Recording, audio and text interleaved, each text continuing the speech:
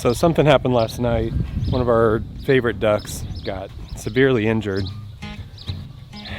And we think it was caused by one of our animals. So we're gonna check on him. I think he might make it. I'm not totally sure yet. He was in bad shape last night, and looking him over and starting to work on him, I couldn't even film. But let's get Junior and his mate out of their cage here, and we'll tell you what's going on.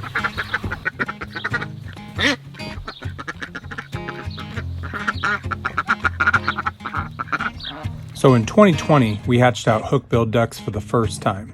Hookbill ducks are critically endangered, and we love how they look with their curved beaks. It was really hard to track down some hatching eggs, but when we did, we hatched out one lonely white duckling that we named Captain Hook, or just Captain for short. 1 year after hatching Captain, she had a son, who we named Captain Junior, or just Junior. He's always struggled with the other hookbills. Being a little smaller and weaker made him easy to be picked on.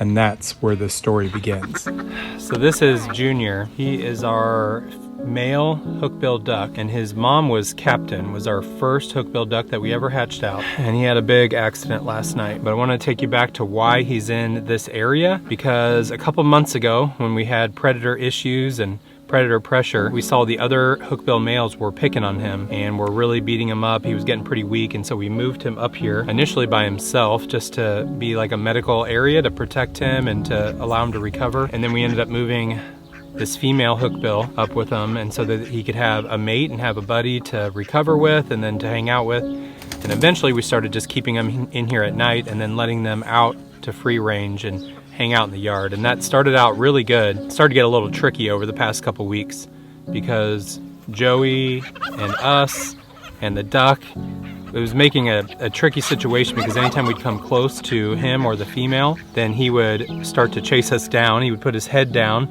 and chase after us. In some ways it was funny, but it was also him being very aggressive towards us and to Joey, to where Joey would even run away because he would chase Joey all the way across the yard. And last night I think it boiled over with Joey. Ooh, good hit, buddy. We were out. There he goes, there he goes. In the yard playing baseball with the boys. Running. And the duck was chasing Joey. Oh, he missed it. I thought Joey was playing around with her. She acted like she was playing with the duck. Should be playing at the plate. And back and forth. Oh, he scored! Home run! High five! Yeah! But when we came by to put him in for the night, he was all bloody. So either Joey got a little too aggressive, or because we were right there in the yard. There's no way a predator could come up and get him. So that's what our guess is. And so what do you think? Because some people are going to blame us for letting the duck free range. Some are going to blame Joey for being untrained or for being too aggressive. What do you think is responsible for? Well, the duck was very aggressive towards us, and Joey is very protective of us and the kids. And she had seen us chasing the duck back into its pen.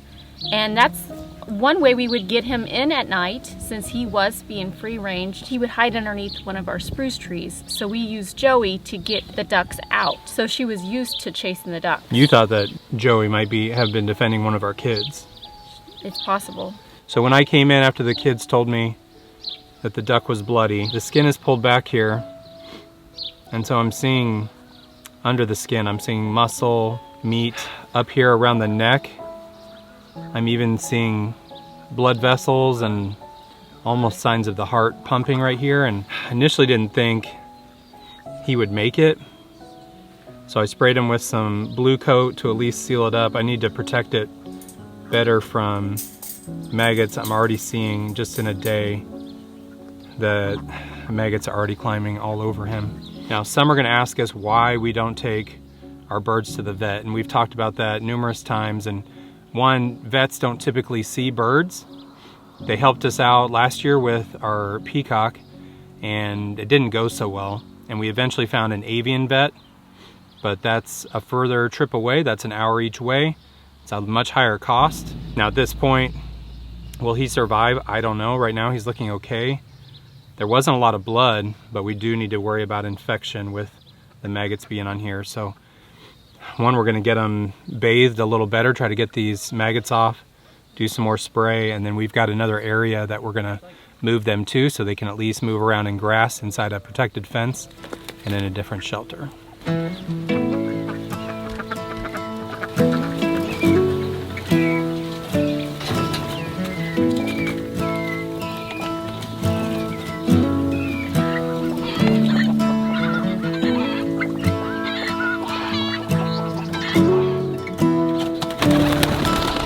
Currently we don't have a chicken tractor available, but we can put them in the yard with some other chicken tractors. This is our old rabbit hutch that we used for a rabbit on each side. And we recently, when we got our meat bird chicks, we opened it up in the middle so they could run around both sides. But we want to make it open on one side so that the ducks can go in and out, so they can go in at night and get shelter, and then they can come out during the day. And so we're going to redesign this side, and then we'll take it over there. So we're going to take this mesh off and make a wooden wall here with a little door. So on this little rabbit hutch, chicken tractor, duck house, we're gonna go ahead and put an automatic door on here just so they can get out automatically each day, and then they can get in at night. We've got a few here. This is one of our favorites, so I just ordered these 3. Becky wanted to use this camo one on here. So we framed up a little door spot and a little place for that to go through. And so now we can make a solid wall to protect them over here. So now I'll attach that, and then I'll put our door right on there. We've used 4 different kinds of automatic doors around the farm and still have 3 in use: the omelet door, the chicken guard door, and the run chicken doors. These doors have been the simplest to install, and the batteries last for over a year on them. And with no strings, I don't have the freezing issues with this door like some of the others. All right, we've got it all ready to move out there. We're gonna have to drag it out there. This one doesn't have wheels like our chicken tractors do, so.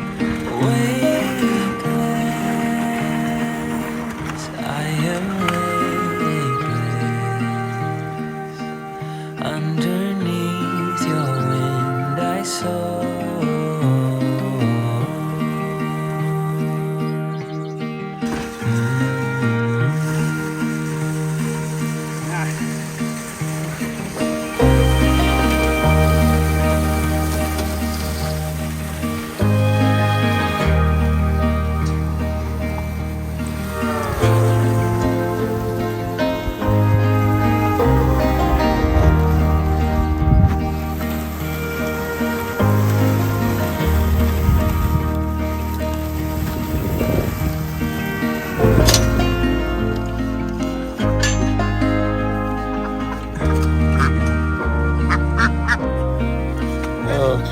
Junior.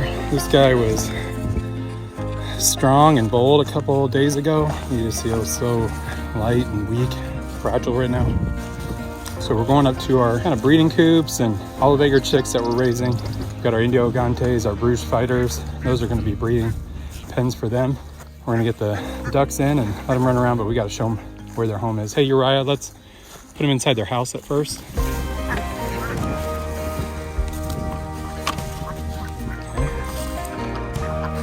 All right, so we got these guys all set up with some water, some food, and right in here. There you go. So we'll let them play around in the water out here. We just got to make sure that they start learning to go in here at night in case we aren't home right when it gets dark, that they'll go in, or when we have a trip coming up that they'll know to go in their house. So we have some chicks in here that we're going to tell you about soon, but you're going to get a little sneak peek now. And we've got 5 pretty cool surprises in here too. And that's right, we've started to hatch some mandarin ducks, and we've had some challenges this year with them, but we'll tell you about them pretty soon as we're waiting on a few hatches to finish up. You want to hold that one? Mm-hmm. You can't let it go. Okay. Where's that chick at? Under, behind one of those rabbit or... Right there.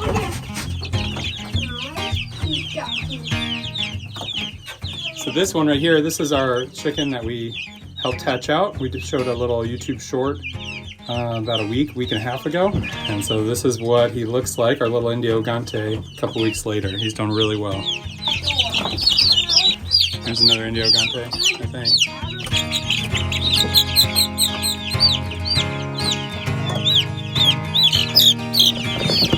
You know how many chickens and ducks are in here? 15? 15? I'll guess 18. No, 20. What'd you guess? 25. I like Isaiah's shoes. So you got 1. 2. So it's 2. 4, 5, 6, 7, 8, 9, 10, 11, 12, 13, 14, 15, 16, 17, 18, 19, No. Hey! That was a total guess. I had no idea. I definitely don't count my chickens. So you'll see a few bigger chickens in there. Those are the ones that we hatched out under our Indio Gante mama. She raised them for a couple weeks, maybe a month, and then we had to take them away. It was getting a little too crazy with her. So now these guys can grow up in here, and then as soon as they get big enough, we'll let them out in here as well. But for now, they're just too tiny, so we'll keep them inside this coop.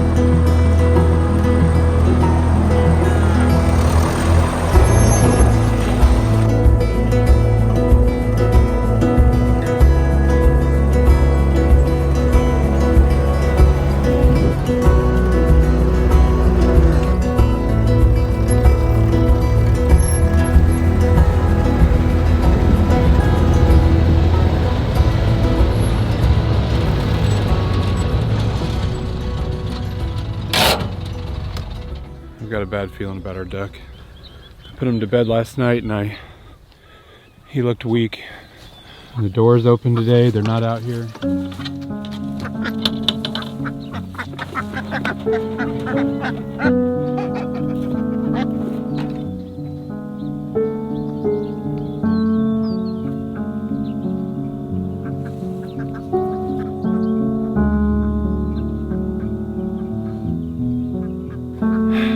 So this was my biggest fear today.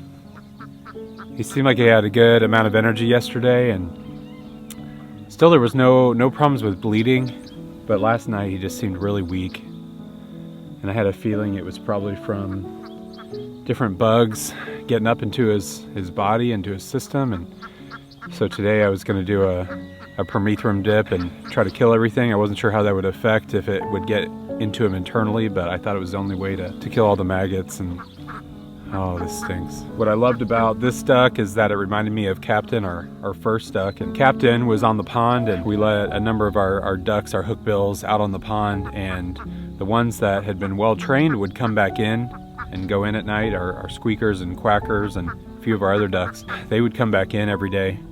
But some of the other ones, even though we had tried to keep them in there for about a month or so, they were just too scared of us and they wanted more freedom, and they would stay out on the pond, and then they would relax on the shore at night, and then they end up getting killed one by one by a predator. Now the good thing is that we have a handful of hookbill duck eggs in the incubator, and so if any of those end up hatching, they're offspring from Junior and then our female hookbill here. So that's my only hope, is to get some more white hookbills like Junior is. I just checked them and there are some growth in some of the eggs, so I'm hopeful that we'll have the memory of Captain and Junior live on.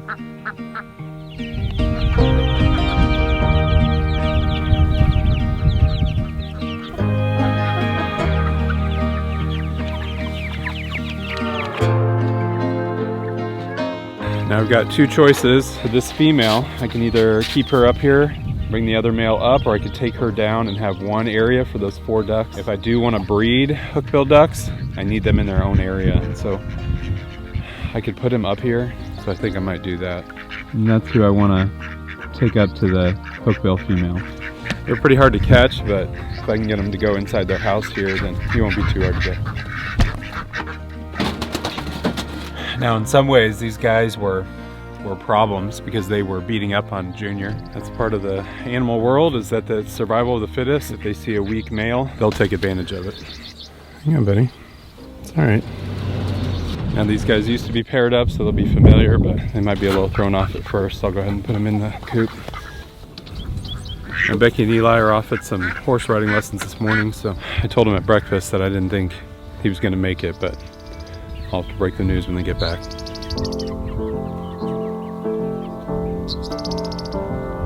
So we probably have over 200 animals on the farm.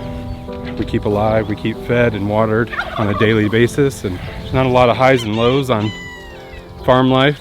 Most days are pretty normal, pretty boring. You get the exciting days when a pea chick hatches, or Oh my gosh. an emu lays an egg. There's eggs in here. But when an animal dies, and one that you've put a lot of effort into to care for and keep alive, dies in a way that you feel like you could have prevented, it's one of the days I don't like living over and over again.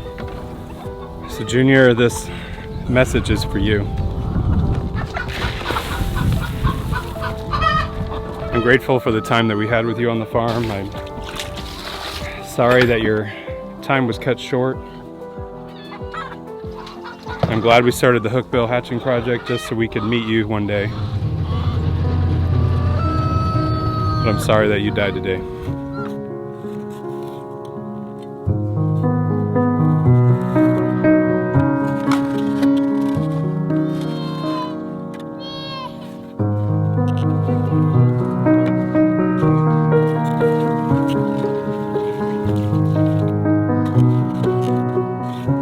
Well, we're here to bury our duck, Junior. This is our pet cemetery where we've buried one of our cats before. We've buried our turkey, and we buried Green Lantern, one of our other favorite ducks. And so now we'll say goodbye to Junior.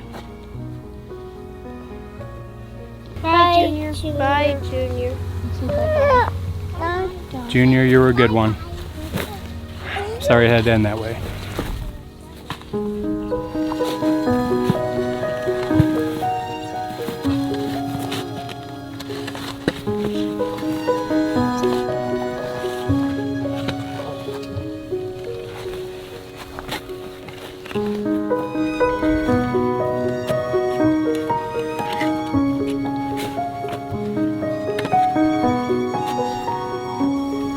Goodbye, Junior.